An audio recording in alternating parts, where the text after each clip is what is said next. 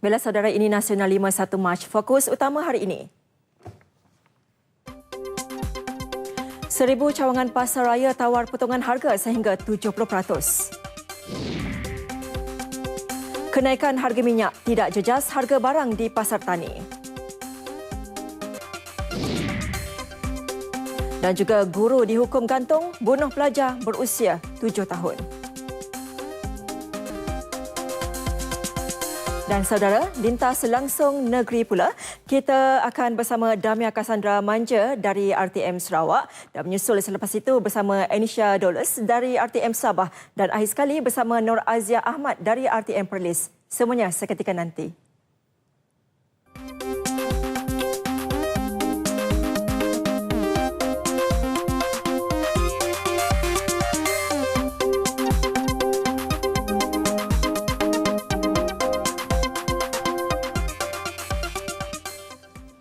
Bila saudara, Nasional 5 kami mulakan dengan laporan pertama ini. Kempen penurunan harga membabitkan 82,582 barangan keperluan akan diteruskan meskipun harga bahan api yang ditetapkan semalam lebih tinggi berbanding bulan sebelumnya. Lebih 1,000 cawangan daripada 16 pasaraya terlibat di seluruh negara menawarkan diskaun antara 10 hingga 70%. Menteri Perdagangan Dalam Negeri, Koperasi dan Kepenggunaan Datuk Seri Hassan Malik berkata, kenaikan harga barang bukan hanya disebabkan oleh faktor harga bahan api, malah cuaca, bencana alam, peningkatan kos sewa beli, tarif, kadar upah minimum dan persekitaran ekonomi global juga penyebab kepada kenaikan harga barang. Mana-mana pun berlaku kenaikan turun naik harga barang ini dan tak bolehlah diletakkan minyak ini kepada the sole factor. Sebab sebenarnya kenaikan harga minyak ini hanya melibatkan di antara 2-3%. Ya?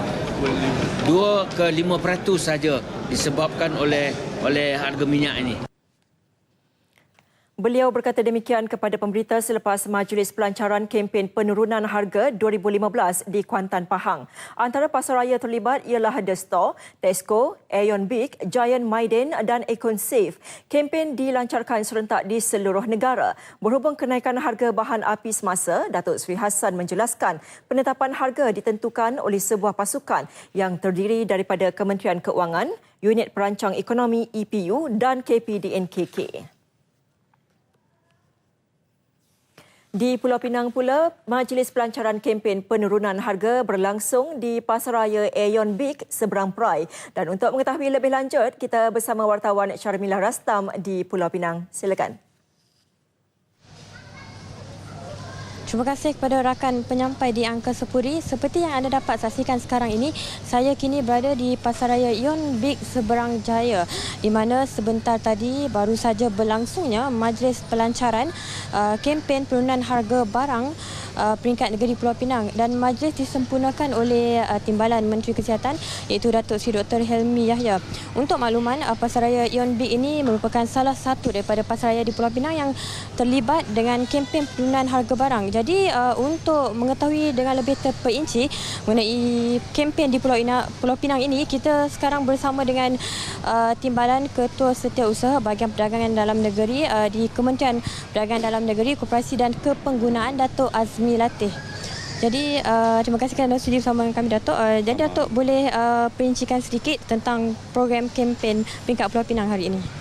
Okey, kita sedia maklum selain pada Aeon Big yang menjadi tuan rumah pemenangan kempen pelancaran kempen penurunan harga pada pagi ini, lain-lain syarikat kita ada lebih kurang 8 syarikat yang turut mengambil bahagian yang melibatkan 25 cawangan seluruh peringkat negeri Pulau Pinang. Jadi saya ambil kesempatan inilah semua syarikat ini yang setuju untuk bersama-sama kerajaan yang untuk menurunkan harga dengan kadar yang diskaun daripada sehingga 70%.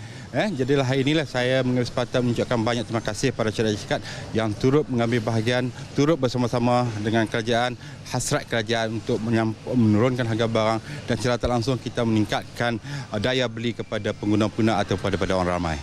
Jadi Datuk, nak tanya sikit, bagaimana ada tak KPDNKK membuat pemantauan bagi memastikan mereka yang terlibat dengan kempen ini sememangnya memberi diskaun kepada pengguna? Ya, kita pemantauan ni kita bukan kata mula hari ini dah sentiasa kita buat pemantauan. Tapi dalam konteks hari ini kita sudah maklum pihak-pihak syarikat tu telah memohon kepada kita untuk dengan kadar tawarkan harga diskaun dengan harga yang kita kenakan. Jadi pegawai-pegawai kita akan sentiasa bersama. Kita sentiasa akan buat pemantauan berdasarkan apa harga yang ditawarkan kepada pihak-pihak pengguna atau pada orang ramai. InsyaAllah memang pegawai kita sentiasa ya, dan sekiranya ada berlaku orang katakan kepatuhan, pegawai kita akan ambil tindakan yang sewajarnya seperti yang saya tekankan tertakluk pada akta kawalan harga barang kita yang sedia ada ya. Jadi baiklah, terima kasih Datuk kerana sudi bersama dengan kami. Jadi saya kira setakat ini dahulu laporan saya langsung dari Ion Big Seberang Jaya. Jadi kembali kepada rakan penyampai di Angkasa Puri. Baik Syamila, terima kasih. TF Value Mart Port Dickson antara pasaraya di Negeri Sembilan yang turut mengambil bahagian dalam kempen penurunan harga 2015 yang bermula hari ini. Laporan wartawan Zakinawati Ahmad Tarmizi. Menurut Esko Kepenggunaan Negeri Sembilan, Datuk Abu Baidar Reza, kempen bantu pengguna-pengguna membuat pilihan yang lebih terbuka untuk mendapatkan barangan dengan harga yang lebih murah. Sebenarnya kempen ni sebenarnya pelancaran sebulan, lebih kurang sebulan, tapi sebenarnya benda ni memang sepanjang masa. Bukanlah yang kita anggap perkara ni kita macam buat berkala atau bermusim, tidak. Sebenarnya benda ni memang kita jalankan sepanjang masa, tetapi pelancaran tu kita jalankan hari ini. Kemudian selain itu pula hari ini berkaitan dengan harga ni seperti saya sebelum ucapan tadi, memang senantiasa jalan. Apa juga penguatkuasaan ni memang kita jalankan sepanjang masa. Kita tidak buat macam berkala-kala, tak ada. Memang kita jalankan sepanjang masa. Ya. Yang pentingnya maknanya harga yang kita jual oleh peniaga-peniaga ni harga tu berpatutan. Bila kita cakap harga berpatutan maknanya kedua-dua pihak ada keuntungan. Pihak peniaga akan mendapat keuntungan juga. Pihak pembeli ataupun pihak orang ramai ya akan mendapat harga yang berpatutan lah. Maksud saya harga barang tu elok, harga tu tidak terlampau tinggi. Kempen selama sebulan ini dilihat dapat membantu mengurangkan beban pengguna, terutama mereka yang berpendapatan rendah dan sederhana. Kempen penurunan harga di TF Value Mart perlu diikuti oleh semua pasaraya. Ia dapat meringankan beban rakyat kerana terdapat pelbagai potongan harga supaya orang yang sederhana seperti kami senang mendapatkan barangan pada harga yang murah serta dapat menjimatkan kos sara hidup. Saya pertama ucapkan terima kasih kepada Kementerian Perdagangan atas tindakan yang telah ambil. Kerana saya sebagai wakil skuad pengguna, kita just now around the TF Value Market, kita nampak apa yang cakap dan tindakan ada. Contohnya, kita nampak harga penurunan dari 50 sen ke RM2. Dan barang-barang yang diambil pun dari semua jenis produk. Dan saya tanya kepada DP pengarah, DP pengurus, adakah ini diturunkan disebabkan penggunaan barang ini value rendah? Tetapi dia kata value dia level sama dengan shopping kompleks lain. Tetapi dia kata mereka menganggap value quantity. Kalau quantity increase, still dia. Dan saya rasa itu tindakan yang baguslah. Kalau kita sebagai skuad pengguna ni, bukan kerja kita sebagai memberi beban kepada peniaga, tetapi kita pun nak peniaga dan pengguna is win-win situation. Sebenarnya saya setiap bulan memang beli barang di sini. Dan kita tengok memang ada perubahan harga lah. Tapi saya menggalakkan benda ni bukannya ambil dalam satu masa jangka yang singkat. Kalau boleh benda ni kita tarik lebih kurang 6 bulan ke setahun. Jadi dia dapat mengurangkan beban terhadap masyarakat lah, masyarakat sekeliling. Sebab kita sekarang dalam kehidupan global ni kan, kita nak survive kadang-kadang harga barang mahal. Walaupun kita nampak dia RM1 ke 50 sen. Tapi bila barang yang banyak kita beli dan nampak harga dia jadi besar tau. Tapi kalau dengan kawalan harga begini diteruskan, saya rasa ini adalah satu benda yang sangat baik untuk masyarakat tau. Jadi cara tak langsung, kalau kita beli barang dengan harga katalah RM1,000 kan, bila ada kawalan harga barang sebegini mungkin dapat turunkan harga pada RM700, RM600. Sebenarnya dapat mengurangkan beban terhadap kehidupan masyarakat seharian. Kempen penurunan harga barangan 2015 peringkat Negeri Sembilan yang menurunkan hampir 15 hingga 70% yang membabitkan kira-kira 450 barangan termasuk makanan dan barangan elektrik di pasaraya TF Value Mart Port Dickson ini disambut baik oleh segenap masyarakat yang memperlihatkan keprihatinan kerajaan menangani harga kenaikan barang. Laporan Zakinawati Ahmad Tarmizi dan juru kamera Aziz Zubair untuk Berita RTM. Menurut Esko Dan Melaka tidak ketinggalan menyertai kempen penurunan harga 2015. Menurut Timbalan Pengarah Pejabat Perdagangan Dalam Negeri, Koperasi dan Kepenggunaan PPDNKK Negeri, Jamil Buang, walaupun kempen berkenaan berlangsung selama sebulan, pasaraya yang terlibat boleh mengambil bahagian sehingga 4 bulan. Malah pengguna boleh menikmati tawaran diskaun sehingga 70%.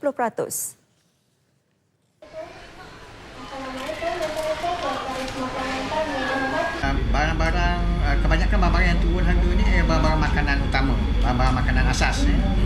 Sama ada barang-barang makanan dalam tin, barang-barang makanan sejuk, segar, barang-barang makanan kering dan juga barang-barang yang bukan makanan ada penurunan. Beliau ditemui media selepas pelancaran kempen penurunan harga 2015 di Pasaraya Maidin MITC Aikro oleh Exco Perpaduan dan Hal Ehwal Pengguna Negeri, Datuk Lai Meng Chong. Sementara itu, orang ramai yang ditemui menyambut baik kempen berkenaan kerana dapat mengurangkan kos sara hidup yang semakin tinggi. Malah mengharapkan agar kempen berkenaan diteruskan di masa akan datang. Sebagai pengguna, kita memang mengalu-alukan pihak kerajaan untuk buat kempen ni. Sebab salah satunya kita dapat mengurangkan perbelanjaan isi rumah lah. Dan bila kita tengok trend sekarang ni, banyak kenaikan barang, harga-harga barang banyak yang naik. So bila kata adanya dengan kempen-kempen macam ni, sekurang-kurangnya dia dapat mengurangkan sikit beban masyarakat lah. Kalau boleh, itulah. Kalau boleh. Untuk membantu kita yang kurang bernasib baik kan. Kalau boleh teruskan je lah. Memanglah kalau untuk pengguna memang baiklah. Kita kalau beli barang kita pun dapat jimat kan. So sekarang ekonomi pun tak baik. So kalau ada penurunan harga baik untuk pengguna lah. 8 buah pasaraya meliputi 22 cawangan iaitu Maidin, Tesco, Giant, Aeon Jesco, Family Store, Econ-Safe dan Jasin Point terlibat sepanjang kempen penurunan harga peringkat negeri Melaka ini. Lebih 10,000 produk seperti barangan basah, makanan bayi dan pelbagai lagi turut ditawarkan dengan harga yang cukup berpatutan. Laporan Nur Amalina Abdul Halim untuk Berita RTM. Kempen penurunan harga di Perak pula melibatkan 42 premis. Antaranya termasuk Pasaraya UO Superstore Sendirian Berhad, TF Value Mart dan Pasaraya Maidin. UO Superstore Angsana Mall misalnya menawarkan potongan harga ke atas 10,000 barangan terpilih. Jawatankuasa Hal Ehwal Pengguna, Sumber Manusia dan Masyarakat Sivil NGO Negeri, Datuk Samsudin Abu Hassan ketika melancarkan kempen ini menasihati pengguna supaya berbelanja dengan bijak dan tidak terlalu mengikut nafsu. Kebiasaan pengguna kita membeli barangan bukan satu item, sampai 10 ke 15 item. Maknanya kalau RM1 satu item, dikurangkan dengan kadar harga diturunkan, sudah pasti kalau RM15 barangan RM15. Maknanya sudah satu daripada langkah kerajaan yang terbaik untuk menangani masalah rakyat ketika ini. Sementara itu, rata-rata pengguna yang ditemui mengakui langkah ini dapat mengurangkan beban mereka, terutamanya golongan berpendapatan rendah dan sederhana. Boleh jugalah menurunkan beban rakyat lah kan. Yang mana susah tu dapat membantu beli barang-barang kan. Keperluan, ialah barang-barang kan keperluan seharian kita kan. Sebab semua pun mau jimat ni lah. Harga turun pun elok lah semua. Okeylah, saya rasa memang sepatutnya berlaku macam ni lah kan. Kalau kita tengok kan, bukan semua pasaraya yang saya rasa turun barang ni. Seimbang lah kan. Ini dapat membantu orang susah lah. Orang-orang awam menikmati balik harga yang lebih munasabah. Rasa bersyukurlah sebab harga barang dah turun kan. Jadi kita sebagai pengguna ni memang dah jadi keperluan barang-barang dapur semua ni kan. Selain kempen penurunan harga yang dilancarkan serentak hari ini di seluruh negara, kerajaan negeri turut memperkenalkan dan mengisytiharkan 66 kedai harga patut di negeri ini tak lain tak bukan bagi membantu mengurangkan beban yang terpaksa ditanggung oleh pengguna di negeri ini.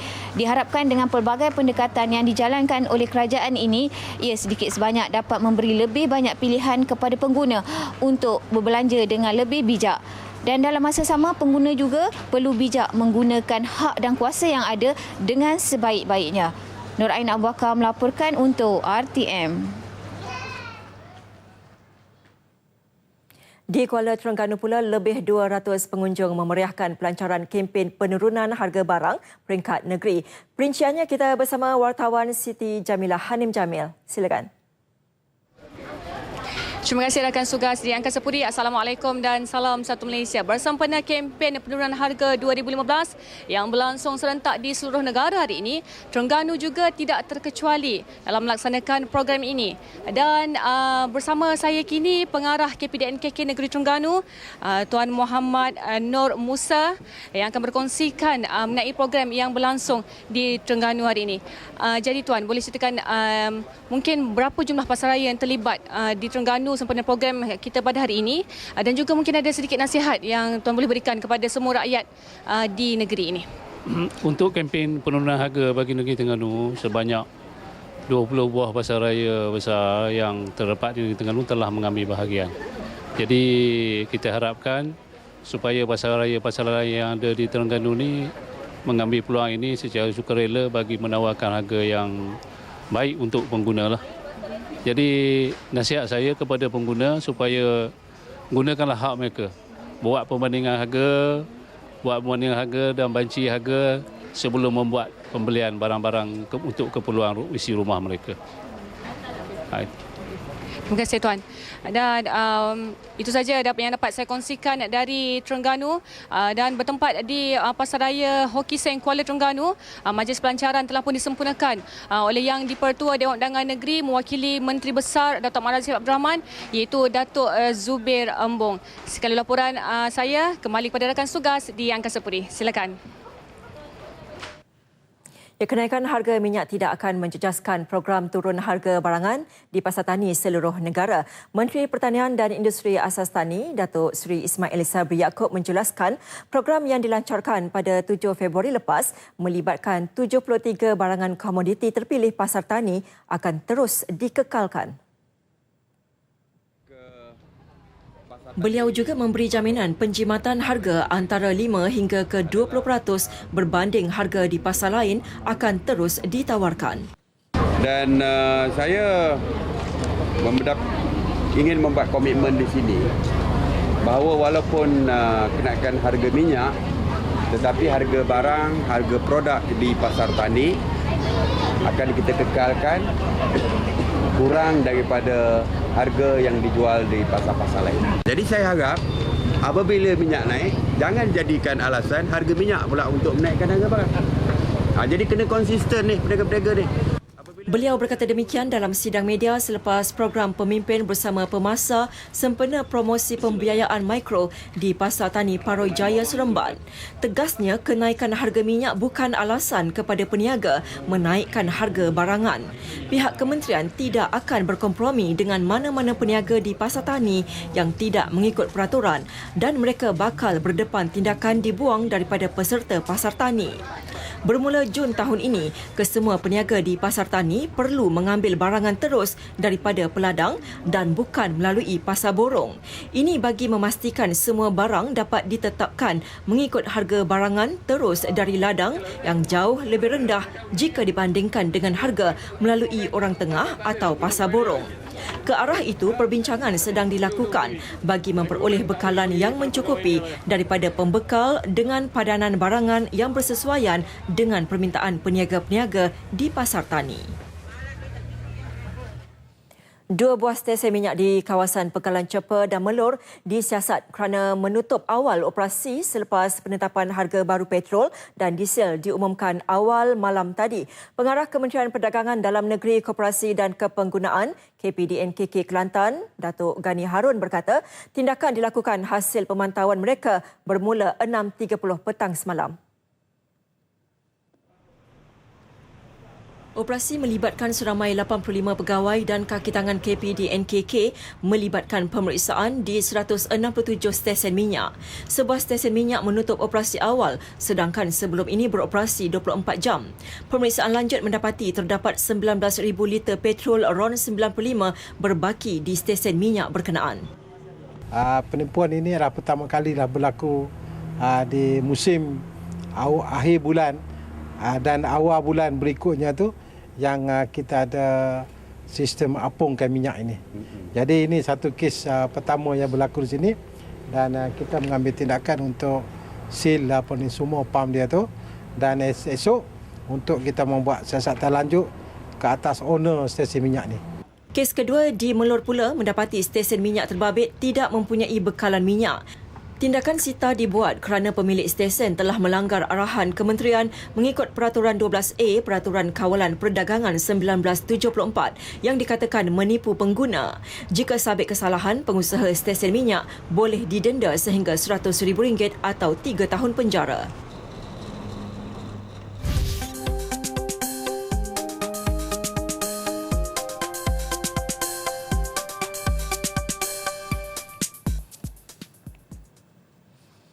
Seorang guru dijatuhi hukuman gantung sampai mati oleh Mahkamah Tinggi Al-Usta selepas didapati bersalah membunuh seorang pelajar 4 tahun lalu. Pesuruhjaya Kehakiman Muhammad Zaki Abdul Wahab membuat keputusan itu selepas mendapati pihak pembelaan gagal menimbulkan keraguan munasabah terhadap tuduhan Hanif Muhammad Ali, 31 tahun, pada akhir kes pembelaan. Dalam penghakimannya, tertuduh didapati telah menyebabkan tekanan pada leher mangsa sehingga menyebabkan oksigen tidak dapat dibekalkan ke otak mangsa dan menyebabkan kecederaan terhadap organ mangsa. Hanya tertuduh berada bersama-sama mangsa yang berusia 7 tahun pada masa kejadian. Pihak pendakwa raya berjaya membuktikan perbuatan tertuduh mengikut Seksyen 302 Kanun Keseksaan yang memperuntukkan hukuman mati. Pada Mac 2012, tertuduh yang juga warden asrama di Sekolah Rendah Agama Al-Furqan Arau Perlis dijatuhi hukuman penjara 18 tahun selepas mengaku bersalah menyebabkan kematian Saiful Syazani Saiful Sofidi pada 2011. Mengikut pertuduhan asal, Hanif dituduh membunuh mengikut Seksyen 302 Kanun Keseksaan. Bagaimanapun, pertuduhan itu dipinda kepada Seksyen 304(A) Kanun Keseksaan, iaitu menyebabkan kematian ketika mahkamah memberikan keputusan pada akhir kes pendakwaan pada Mac 2012. Namun pihak pendakwaan yang tidak berpuas hati dengan keputusan tersebut mengemukakan permohonan kepada Mahkamah Rayuan untuk mengembalikan pertuduhan asal terhadap tertuduh. Kerajaan Negeri Kedah menafikan penglibatan sebarang madrasah atau sekolah pondok di negeri itu yang didakwa mengajar fahaman ekstremis sehingga mendorong pelajar mereka menyertai kumpulan militan IS. Sebaliknya, tindakan segelintir pelajar yang mahu menyertai kumpulan militan itu disebabkan mereka mudah terpengaruh dengan pelbagai janji yang ditabur oleh anggota kumpulan berkenaan melalui internet. Peringkat negeri dengan kerjasama erat Yayasan Pondok, jadi saya harap kita dapat menangani masalah ini sebelum ianya menular menjadi satu masalah besar.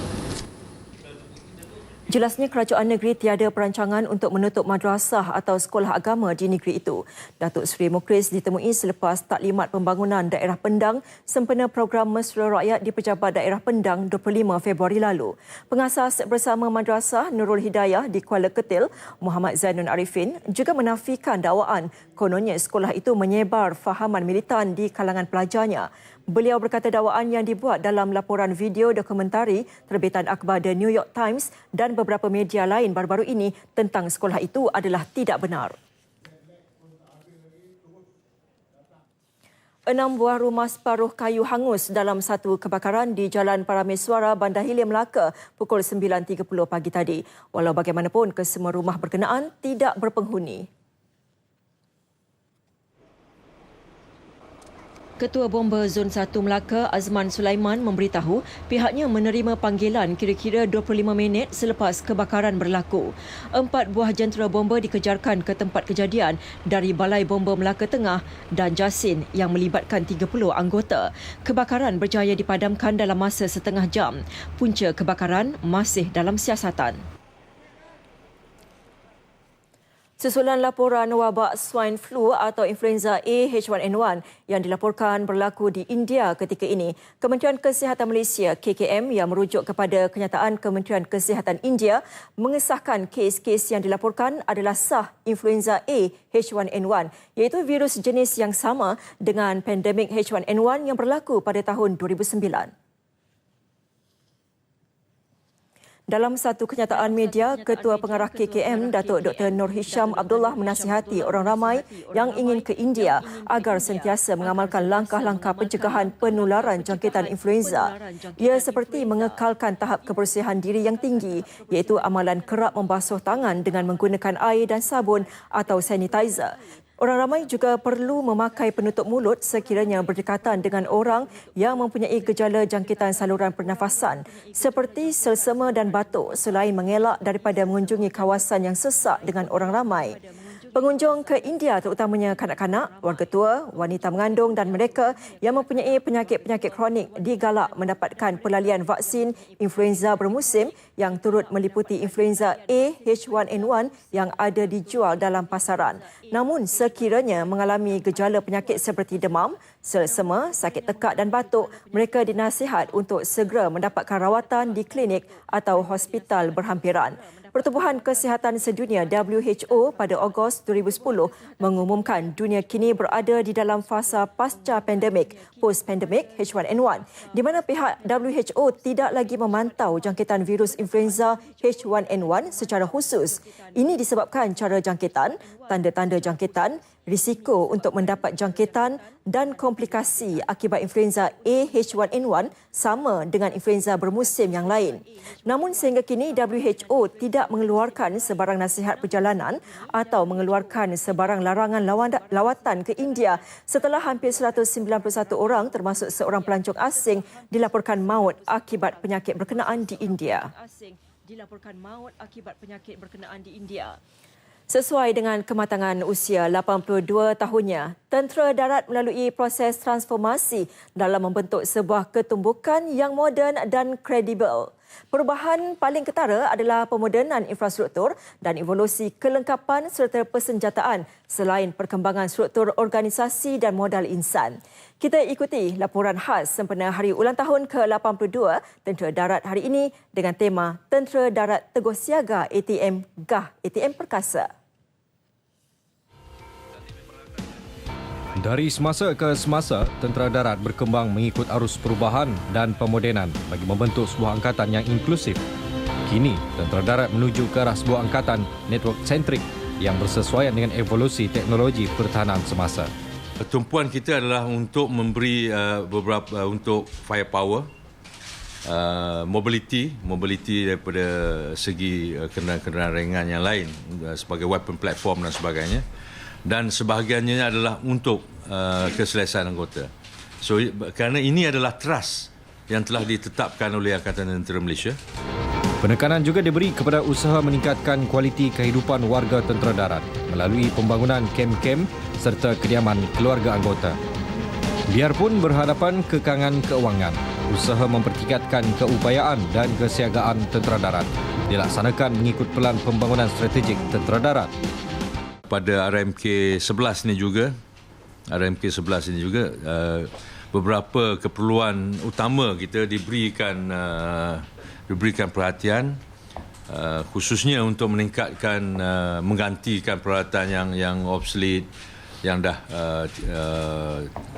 tidak ada dalam perkhidmatan kita. Jadi kita perlu membuat tersebut. Tentera Darat akan menilai semula keutamaan pembangunan keupayaan angkatannya tanpa menjejaskan kesiagaan aset-aset dalam perkhidmatan. Pelan itu mengambil kira semua aspek, namun sebagai dokumen strategik, ianya tidak boleh kaku, malah perlu sentiasa dinamik. Dalam usaha memantapkan pertahanan negara di pantai timur Sabah, sejumlah aset terbaru iaitu kenderaan perisai gempita dan aset tambahan iaitu helikopter tentera darat dihantar ke kawasan terbabil, mempertingkatkan kekuatan tempur sedia ada. Kita harap tahun ini akan datang lagi mengikut batch-nya dan kita menjangkakan sekitar dalam 60 lebih lagi akan sampai, so melengkapkan untuk sekurang-kurangnya satu batalion. Penambahan trup tempur dan aset secara tetap juga bakal dilaksanakan. Dengan pelbagai kemajuan dicapai, adalah diharapkan tentera darat Malaysia akan menjadi pasukan yang mantap dalam aspek pertahanan negara. Baiklah saudara, seterusnya laporan langsung negeri-negeri. Rakan penyampai di Sarawak, Sabah dan juga Perlis sudah bersedia dengan laporan mereka. Dan kita mulakan dengan laporan dari Sarawak bersama Damia Cassandra Manja. Silakan Damia. Terima kasih Nolela di Angkasa Puri. Satu batalion brigade sempadan yang pertama akan diwujudkan dalam masa terdekat bagi memperkasa dan memperkemas lagi kawalan sempadan di negeri ini. Panglima Brigade Ketiga Infanteri Malaysia Brigadier Jeneral Muhammad Yusuf Aziz berkata ini bagi mengatasi jenayah rentas sempadan antara Kalimantan dan Sarawak. Terutama kawasan-kawasan yang sering mungkin kawasan-kawasan penyelundupan, dan juga kita juga ditugaskan jugalah untuk menghati banyak dalam benda transborder activity. Contohnya sebagai menangani jika ada pembalakan haram, itu adalah tugas kita. Kita akan menentukan benda akan sentiasa dikawal dengan ketat. Brigadier Jeneral Muhammad Yusuf Aziz ditemui media selepas pembarisan Hari Ulang Tahun ATM ke-82 di Kuching. Dalam perkembangan lain, beliau memberitahu pembangunan modal insan dan kebajikan anggota tentera darat akan terus diberikan keutamaan meskipun terdapat kekangan dalam peruntukan. Bagi mengatasi masalah kuartus yang terhad bagi menampung kira-kira 10,000 anggotanya di Sarawak, beliau berkata kerajaan telah membuat sewa kelompok. Terdahulu, Brigadier Jeneral Muhammad Yusuf menyampaikan perutusan Panglima Tentera Darat Tan Sri Raja Muhammad Afendi Mohamed Noor sempena Hari Ulang Tahun Tentera Darat ke-82. Penglibatan dan kerjasama orang awam diperlukan dalam usaha pihak polis membanteras jenayah. Ketua Jabatan Pencegahan Jenayah dan Keselamatan Komuniti Berpejabat Polis Kontingen Sarawak SSC Burhanuddin Abdul Majid, penglibatan orang awam sebagai mata dan telinga akan memudahkan pihak polis bertindak dengan cepat. Beliau berucap pada Majlis Pelancaran Persatuan Kepolisian Komuniti Sarawak di Kuching. Sementara itu, beliau memberitahu tahun lepas jenayah indeks di Kuching menurun kepada 8,025 kes kepada 7,206 kes pada tahun sebelumnya. Sarawak akan terus maju melalui pengekalan perpaduan pelbagai kaum di negeri ini. Yang di-Pertua Negeri Tun Pehin Sri Haji Abdul Tai Mahmud berkata walaupun tampuk kepimpinan negeri telah bertukar, namun perpaduan telah menjadi kekuatan kestabilan politik dan sosial di negeri ini. Malah katanya ini telah membantu pertumbuhan sosioekonomi negeri sekaligus negara. Beliau berucap pada Majlis Makan Malam Mesra Tahun Baharu Cina Anjuran Persatuan Cina Bersekutu Bahagian Miri di Miri. Terdahulu, Pengerusi Persatuan Cina Bersekutu Bahagian Miri, He Tek Yun berkata, kaum Cina amat berterima kasih di atas komitmen kerajaan dalam memajukan kaum itu selari dengan kaum-kaum lain di negeri ini. Seorang cedera parah manakala 8 lagi mengalami cedera ringan apabila bas yang dinaiki cuba mengelak sebuah kenderaan pacuan 4 roda yang cuba memotong datang dari arah yang sama berhampiran jambatan Sungai Engkeramut Seri Aman pada 1 petang tadi. Menurut Ketua Polis Daerah Seri Aman DSP Majuso Muhammad, ketika kejadian bas dari Tebedu menuju ke Sibu itu membawa 48 penumpang yang kesemuanya warga Indonesia. Manakala kenderaan pacuan 4 roda dalam perjalanan dari arah Seri Aman menuju ke Kuching. Dalam pada itu 41 lagi penumpang bas berkenaan dan 2 penumpang pacuan 4 roda tidak mengalami kecederaan. DSP Majuso mengesahkan perkara ini kepada pemberita RTM di Kuching. Mereka yang cedera kini dirawat di Hospital Seri Aman. Sebuah rumah papan yang menempatkan pekerja buruh di Jalan Lapangan Terbang Kuching musnah dalam satu kebakaran kira-kira 1 pagi tadi. Menurut Ketua Operasi dari Balai Bomba dan Penyelamat Tebuan Jaya Tawang Linggam, seramai 15 anggota dengan 2 jentera dari Balai Tebuan dan Batu Lintang telah dikerah ke tempat kejadian. Bagaimanapun, kebakaran sukar dikawal kerana struktur rumah berkenaan yang diperbuat daripada papan. Tawang Linggam memberitahu demikian kepada RTM di Kuching. Kerugian dan punca kebakaran sedang disiasat. Ahli Parlimen bagi Hulu Rejang Wilson Ugat Kumbong berharap tanah adat Bumiputera yang dimajukan dengan penanaman kelapa sawit di kawasan Belaga disukat. Beliau turut meminta pekebun-pekebun kecil kelapa sawit di kawasan berkenaan supaya berdaftar dengan Koperasi Penanam Sawit Mampan KPSM Daerah Belaga bagi membolehkan mereka memohon untuk penyukatan tanah. Sekiranya koperasi ini memohon untuk menyukat tanah, semua ahli-ahli koperasi ini yang telah menanam sawit dapat diberi geran dengan secepat mungkin. Dan ianya sangat dapat memberi manfaat yang lebih baik dan merangsangkan penduduk kecil kita. Beliau berkata demikian selepas merasmikan mesyuarat tahunan kali ketiga KPSM di Dewan Serbaguna Sungai Asap. Sehingga kini hampir 200 pekebun-pekebun kecil sawit di sekitar Sungai Asap dan Belaga menyertai koperasi terbabit. Berbekalkan motor jangan menyerah kalah. Siapa sangka pelajar yang agak nakal ketika di bangku sekolah mampu mendapat keputusan cemerlang dalam peperiksaan sijil pelajaran Malaysia SPM. Wartawan Katerina Joyce Guri ada butirannya. Bagi pelajar cemerlang Muhammad Muazmil Haji Jaidi yang merupakan bekas pelajar SMK Tun Abang Haji Openg, motor itulah yang menjadi ingatan sebelum menduduki peperiksaan SPM pada tahun 2012. Muhammad Muazmil kini berusia 20 tahun telah mendapat kesemua A dalam 10 mata pelajaran yang diambilnya. Menyingkap mengenai rahsia kejayaannya, jejaka berkulit cerah itu menjawab, sebenarnya saya tak ada rahsia yang spesifik lah. Jika tanya mana-mana pelajar pun mungkin sama saja jawapannya. So yang basic lah. Yang pertamanya jaga solat lah. Waktu saya sekolah dulu, setiap pagi before pergi sekolah kan solat subuh, saya ada baca satu surah Luqman. Muhammad Muazmil yang lebih suka belajar bersendirian menyatakan beliau selalunya memilih untuk belajar pada waktu malam dengan membuat kerja rumah terlebih dahulu kerana waktu itu lebih sunyi dan memudahkannya menelaah pelajaran. Katanya ibu bapalah menjadi pendorong utama sepanjang beliau belajar selain daripada guru-guru dan rakan-rakan. Anak sulung daripada 3 adik-beradik yang kesemuanya lelaki berazam untuk mendapat keputusan cemerlang sebagai hadiah untuk ibu bapanya yang banyak berkorban untuk dirinya. So, saya mau tunjuk dengan guru-guru ibu bapa walaupun saya nakal kuat main, tapi saya masih boleh dapat result yang okey. Kepada mereka yang bakal mengambil peperiksaan SPM, nasihat beliau agar mereka membuat persediaan awal ketika mengulang kaji dan tidak melakukannya pada saat-saat akhir. Jangan lokek ilmu.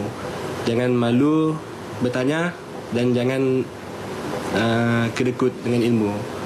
Jika kawan bertanya, tolonglah ajar sebab tidak salah kita berkongsi. Kerana jika kita mengajar, kita tidak hilang tapi kita dapat lebih lagi. Beliau yang bercita-cita menjadi seorang pakar forensik kini melanjutkan pengajian ke Universiti Malaysia Sarawak UNIMAS dalam jurusan Kimia Sumber di Fakulti Sains dan Teknologi Sumber FSTS. Muhammad Muazmil turut berhasrat untuk menyambung pengajian ke peringkat ijazah sarjana dan doktor falsafah PhD selepas tamat pengajian di peringkat ijazah sarjana muda. Baik, saudara, setakat ini dahulu sumbangan berita dari Sarawak untuk Lintas Langsung Nasional 5 petang ini dan seterusnya kita bersama Agnesia di Kota Kinabalu. Terima kasih Debia Cassandra di Sarawak. Assalamualaikum dan salam satu Malaysia. Sambutan Majlis Rumah Terbuka Tahun Baharu Cina Parti Liberal Demokratik LDP turut dikongsi pelbagai lapisan masyarakat di Sabah dalam semangat satu Malaysia. Turut hadir yang di-Pertuan Negeri Sabah Tun Haji Johar Haji Mahiruddin dan isteri Toh Puan Hajiah Nurlida Tan Sri RM Jasni serta ribuan rakyat yang berkunjung ke Majlis Rumah Terbuka LDP di salah sebuah hotel terkemuka di Kota Kinabalu. Hadir di Ketua Menteri Sabah Datuk Seri Panglima Musa Haji Aman. Presiden LDP Datuk Teo Chee Kang dalam ucapannya turut memuji suasana harmoni dan perpaduan sedia terjalin di kalangan masyarakat majmuk di negeri ini membolehkan apa jua perayaan dapat disambut meriah bersama dan penuh keriangan. Keunikan sambutan perayaan kaum di negeri ini bukan sahaja boleh dinikmati menerusi kebudayaan, tradisi dan adat Rusam, malah makanan tradisi yang turut dihidangkan turut mewakili pelbagai kaum di negara ini, khususnya di Sabah. Pengunjung rumah terbuka ini bukan sahaja disajikan buah limau yang menjadi kelaziman sambutan Tahun Baru Cina, malah juadah yang biasa dihidangkan dalam perayaan Hari Raya seperti ketupat dan sate juga turut disajikan kepada pengunjung. Perkhidmatan feri roll-on roll-off yang diwujudkan di Pusat Kastam Immigration dan Kuarantin CIQ di Kudat dijangka mula beroperasi penghujung tahun ini. Menurut Menteri Tugas-Tugas Khas Datuk Teo Chee Kang, kerajaan memperuntukkan 8.84 juta ringgit bagi mewujudkan perkhidmatan feri berkenaan.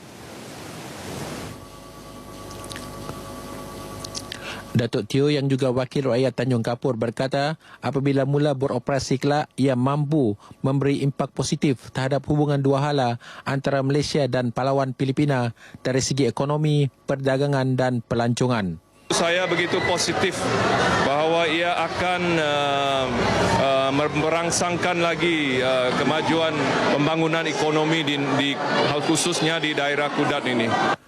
Datuk Teo memaklumkan perkara itu ketika ditemui pemberitaan RTM sempena sambutan Tahun Baru Cina di Dewan Tun Mustafa Kudat. Mengenai sambutan Tahun Baru Cina berkenaan, beliau berkata walaupun penduduk di negeri ini mengamalkan pelbagai warisan dan khazanah seni, budaya dan adat resam yang berbeza, namun ia bukan penghalang bagi rakyat bersatu dalam memperkukuh perbuduan kaum.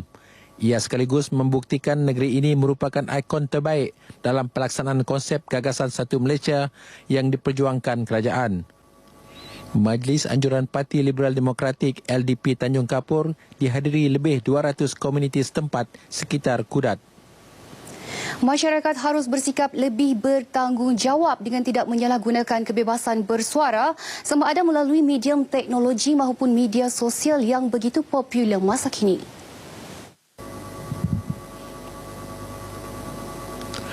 Kebebasan tersebut seharusnya digunakan secara bijak dan berhemah agar keharmonian dan kesejahteraan masyarakat majmuk terdiri daripada berbilang kaum, bangsa dan agama di negeri ini terus terpelihara. Menteri Kerajaan Tempatan dan Perumahan Datuk Seri Panglima Haji G. Haji Noor berkata demikian dalam ucapan perasmian Majlis Sambutan Tahun Baru Cina 2015 Anjuran Persatuan-Persatuan Kaum Cina Daerah Tuaran di Tuaran. Beliau menegaskan pada masa sekarang dengan perolehan maklumat umpama di hujung jari dan masyarakat harus berhati-hati sama ada untuk bersuara maupun mempercayai setiap yang dimuat naik dalam laman sesawang. Ini kerana ada pihak tidak bertanggungjawab yang cuba memporak-porandakan keharmonian yang ada. Hampir 500 orang terdiri pelbagai lapisan masyarakat, bangsa dan agama memeriahkan sambutan tersebut yang turut diserikan dengan paluan gendang, nyanyian dan pemberian angpau. Seramai 48 keluarga yang terjejas banjir dari 3 buah kampung di daerah Kota Marudu menerima bantuan wang ehsan RM500 daripada Majlis Keselamatan Negara MKN. Kampung-kampung yang terlibat ialah Kampung Marudu Laut, Popok Laut dan Darat serta Kampung Langkon Lama. Bantuan wang ehsan itu membabitkan peruntukan RM24,000. Majlis penyerahan bantuan disempurnakan Menteri Tenaga Teknologi Hijau dan Air merangkap Ahli Parlimen Kota Marudu, Datuk Seri Panglima Dr. Maximus Ongkili di Kota Marudu. Turut hadir dalam majlis itu Setiausaha MKN Sabah, Rozi Mat Saad. Terdahulu dalam ucapannya, Datuk Dr. Maximus berharap bantuan wang ehsan itu dapat meringankan sedikit beban keluarga yang terjejas akibat banjir yang melanda daerah itu awal tahun ini. Kerajaan Persekutuan memperuntukkan sejumlah RM1.59 juta bantuan wang ehsan bagi membantu 2,118 buah keluarga yang terjejas banjir di Sabah. Kerajaan negeri sentiasa menggalakkan persaingan sihat terhadap kewujudan syarikat kilang kelapa sawit yang bukan sahaja menawarkan harga yang kompetitif tetapi juga dapat meningkatkan mutu produk, perkhidmatan, kemahiran dan perkembangan teknologi. Menteri Belia dan Sukan Datuk Taufik Abu Bakar Titingan berkata, ketika ekonomi global yang tidak menentu kini, negara amat memerlukan pengendalian aktiviti ekonomi yang bijak, cermat dan berhemah. Sehubungan itu, katanya syarikat seumpama itu mampu bekerjasama dengan kerajaan negeri dalam membangunkan ekonomi khasnya di pantai timur Sabah. Datuk Taufik yang juga anggota Dewan Undangan Negeri APAS berucap dalam majlis perasmian Sangguan Oil Mill milik kumpulan Segalong di Kunak. Katanya kewujudan kilang kelapa sawit di negeri ini sudah pasti dapat membantu menyediakan peluang pekerjaan kepada penduduk setempat sekaligus membantu meningkatkan taraf hidup rakyat. Dalam majlis ini, syarikat berkenaan turut menyumbangkan RM25,000 kepada 2 buah sekolah Cina dan RM20,000 lagi kepada Kementerian Belia dan Sukan untuk menjayakan pertandingan bola keranjang bertaraf antarabangsa yang akan diadakan di Tawau tahun ini. Sekian berita dari Sabah petang ini. Teruskan dengan rakan penyampai Nur Azia Ahmad di Perlis. Silakan. Terima kasih rakan penyampai Inisia di Sabah. Kementerian Perdagangan Dalam Negeri, Koperasi dan Kepenggunaan melancarkan serentak kempen penurunan harga. Kempen ini melibatkan 1,000 cawangan pasaraya di seluruh negara yang menawarkan lebih 82,000 produk dengan diskaun sehingga 70%. Pengerusi Jawatan Kuasa Perdagangan Dalam Negeri, Koperasi dan Kepenggunaan Perlis, Datuk Sabri Ahmad, ketika melancarkan kempen turun harga di Pasaraya Simat di Arau, menjelaskan kempen tersebut bagi mengurangkan beban perbelanjaan harian pengguna. 50 jenis barang ditawarkan dengan harga yang lebih rendah. 8 premis mengambil bahagian dalam kempen tersebut yang mendapat sambutan menggalakkan pengguna. Hari ini bermulanya harga minyak naik sebanyak 20 sen. Tetapi kerajaan berusaha bersungguh-sungguhlah untuk melaksanakan kempen penurunan harga barang ni, terutama sekali di seluruh negara, dan hari ini kita lihat di negeri Perlis sendiri juga menyambut cabaran ini. Dan saya kira ini adalah satu faedah yang sangat baik kepada pengguna lah. Pada pendapat saya, kempen penurunan harga ni satu kempen yang bagus sebab at least kurang-kurangnya dapat mengurangkan beban rakyat Malaysia lah. Jadi kita sebagai pengguna rasa amat-amat berbesar hatilah kalau kerajaan sentiasa adakan pemantauan harga dan kempen penurunan harga ni. Datuk Sabri juga menasihatkan pengguna supaya lebih bijak memilih hanya barangan yang diperlukan. Setakat ini, peningkatan jumlah aduan yang diterima juga menunjukkan kesedaran positif daripada pengguna. Takat ini kita dapat menyelesaikan hampir 97% daripada aduan. Jadi pengguna dia rasa puas hati kalau aduan dia diterima, dapat respon dan menyebabkan mereka lebih berminat lagi untuk bekerjasama dengan pihak kerajaan. Jadi atas sokongan mungkin sahabat-sahabat juga daripada media dan sebagainya, memberi kesedaran kepada rakyat, mengubah minda mereka untuk memainkan peranan dalam usaha mengawal harga dan juga mengelak daripada pihak-pihak tak bertanggungjawab mengambil kesempatan. Kempen penurunan harga barang antara usaha yang dilakukan pihak kerajaan untuk membantu meringankan beban yang ditanggung oleh ramai. Walaupun berlaku kenaikan harga petrol dan diesel, ia bukanlah alasan para peniaga untuk tidak menurunkan harga barang. Muhammad Khairul Effendi Cik Wan bersama juru kamera Ibrahim Hamzah untuk berita RTM. Penglibatan golongan remaja dengan aktiviti kemasyarakatan merupakan salah satu usaha bagi membentuk sasiah diri golongan tersebut. Ini kerana remaja turut memainkan peranan penting dalam memupuk nilai prihatin di kalangan masyarakat. Interaksi sosial melalui khidmat komuniti bukan setakat mampu menjalin hubungan baik antara generasi, malah memperkembang ruang lingkup pemikiran golongan muda. Menyedari kepentingan tersebut, Universiti Teknologi Mara UiTM Perlis menganjurkan program Mesra Kasih bersama anak-anak yatim. Pendedahan sebegini memberikan suatu pengalaman berharga buat peserta. Aktiviti kemasyarakatan yang membantu kita bukan dari segi jasmani dan juga ia membantu kita dari segi rohani, mempertingkatkan kesedaran kita untuk lebih memberi bantuan kepada masyarakat yang lebih memerlukan. So bila kita campur macam ni, kita datang sama-sama, kita boleh kenal each other. And respon daripada anak-anak yatim ni pun bagi kita aware. Okey, bukannya semua orang hidup macam kita, bukan semua orang ada opportunity macam kita. So they give awareness lah untuk kita semua. Walaupun program yang tidak seberapa, kami harap dengan wujudnya hubungan ini insya-Allah dapat memberi sedikit sebanyak semangat ataupun dorongan kepada anak-anak yatim untuk terus maju ke hadapan. Pembinaan watak remaja amat berkait rapat dengan masyarakat sekeliling dalam membentuk generasi yang berdisiplin, bersemangat wajar dan berketerampilan. Dahulu laporan dari RTM Perlis, saya Nur Azia Ahmad kembali kepada Nurlela di Angkasa Puri. Baik Azia, terima kasih. Dan saudara, terima kasih juga kepada rakan-rakan negeri-negeri dengan lintas langsung sebentar tadi. Dan seterusnya, pemukiman Menteri-Menteri Ekonomi ASEAN ke-21 yang dipengerusikan Menteri Perdagangan Antarabangsa dan Industri, Datuk Seri Mustafa Mohamed berakhir hari ini. Mesyuarat yang bermula semalam membuahkan hasil yang produktif dan berjalan lancar. Dan untuk perkembangan lanjut, kita bersama wartawan Lim Feng Feng yang kini berada di Kota Baru, Kelantan. Silakan. Terima kasih Norlela di Angkasa Puri. Salam sejahtera dan salam satu Malaysia. Bersama saya langsung dari Hotel Renaissance, Kota Baru, Kelantan. Pemukiman Menteri-Menteri Ekonomi ASEAN ke-21 berakhir hari ini sejak berlangsung semalam. Bercakap dalam sidang media selepas berakhirnya pemukiman tengah hari tadi, Menteri Perdagangan Antarabangsa dan Industri Datuk Seri Mustafa Mohamed memaklumkan beliau berpuas hati dengan perjalanan mesyuarat yang pertama kali diadakan di luar Kuala Lumpur. Dalam sidang media tersebut, Datuk Seri Mustafa berkata, satu kertas cadangan telah dikemukakan oleh pengerusi Majlis Penasihat Perniagaan ASEAN Tan Sri Dr. Muhammad Munir Abdul Majid berkenaan pewujudan Bank ASEAN khas untuk mikro perusahaan kecil pagi tadi. Beliau mewakili sektor swasta untuk menjelaskan keperluan dan peluang yang boleh memberi manfaat kepada perusahaan kecil dan sederhana di rantau ini menerusi pelaksanaan Bank ASEAN tersebut. Bagaimanapun, ia merupakan cadangan yang perlu diteliti oleh semua Menteri Ekonomi ASEAN sebelum merealisasikan sebarang tindakan lanjut. Selain itu, turut disentuh Datuk Seri Mustafa, halangan dan pengukuran bukan tarif yang perlu diselesaikan dan para menteri anggota pertubuhan itu sebulat suara bersetuju untuk terus komited mencari jalan terbaik menyelesaikan halangan-halangan yang boleh memberi kelebihan kepada perdagangan antara ASEAN.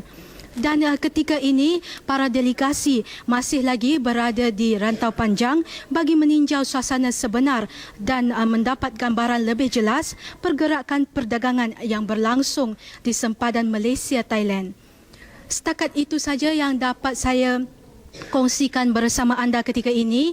Teruskan bersama kami di RTM untuk mendapatkan perkembangan lanjut dan perinciannya akan kami bawakan dalam Berita Nasional 8 malam nanti.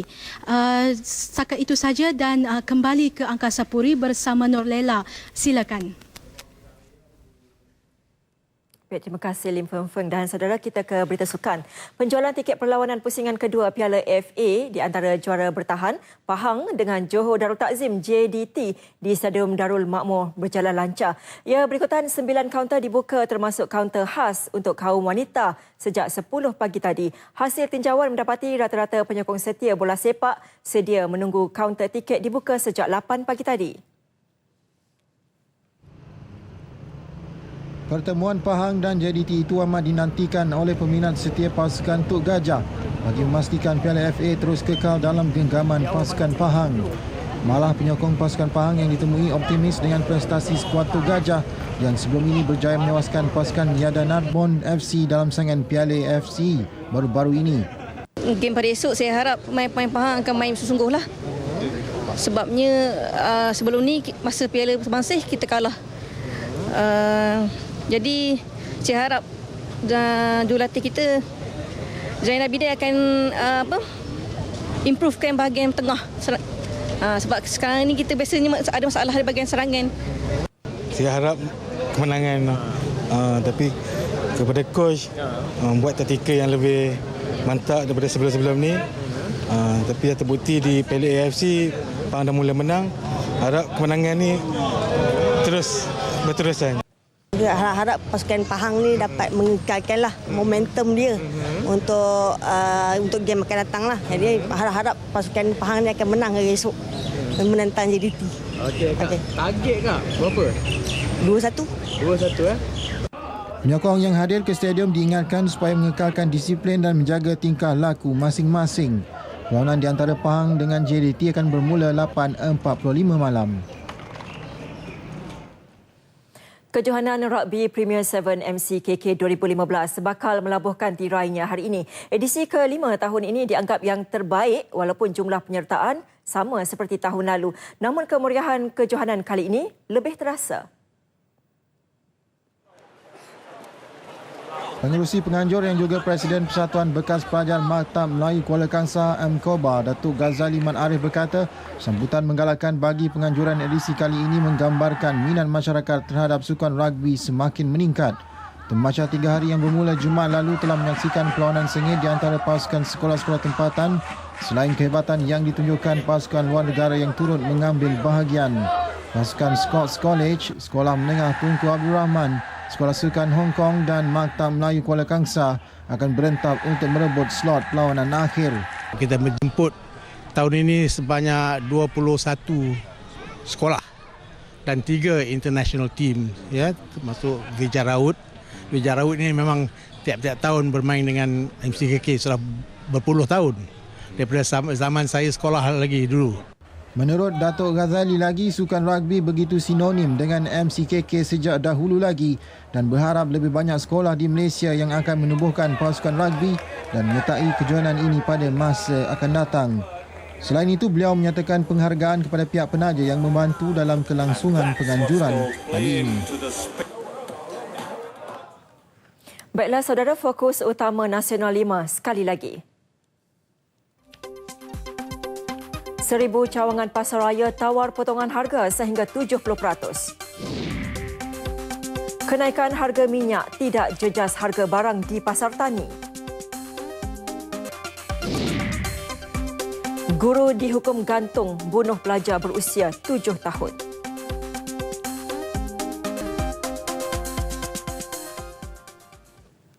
Baiklah saudara, sekian Nasional 5 edisi 1 Mac 2015. Laporan cuaca selepas ini bersama Pegawai Meteorologi. Dengan itu, Assalamualaikum dan salam satu Malaysia.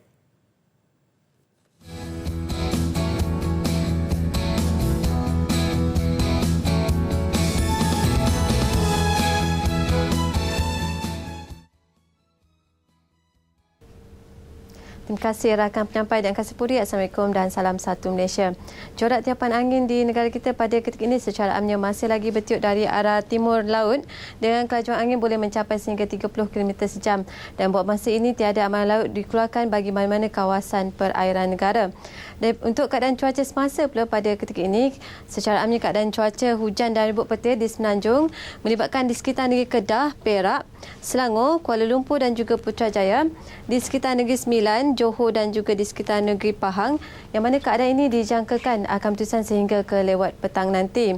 Untuk negeri Sabah pula pada ketika ini keadaan cuaca tidak hujan di kebanyakan bahagian kecuali keadaan cuaca mendung melibatkan di sekitar bahagian Tawau. Manakala bagi negeri Sarawak pula pada ketika ini keadaan cuaca hujan dan ribut petir di 1-2 tempat iaitu di sekitar bahagian Limbang, Miri, Bintulu, Kapit, di sekitar bahagian Mukah, Sibu, Sarike dan juga di sekitar bahagian Sri Aman serta Kuching, yang mana keadaan ini dijangkakan akan berterusan sehingga ke lewat petang nanti. Sekian dulu info cuaca dari Map Malaysia dan sebelum kita kembali ke Angkasa Puri, kita lihat terlebih dahulu tinjauan cuaca untuk sepanjang hari esok.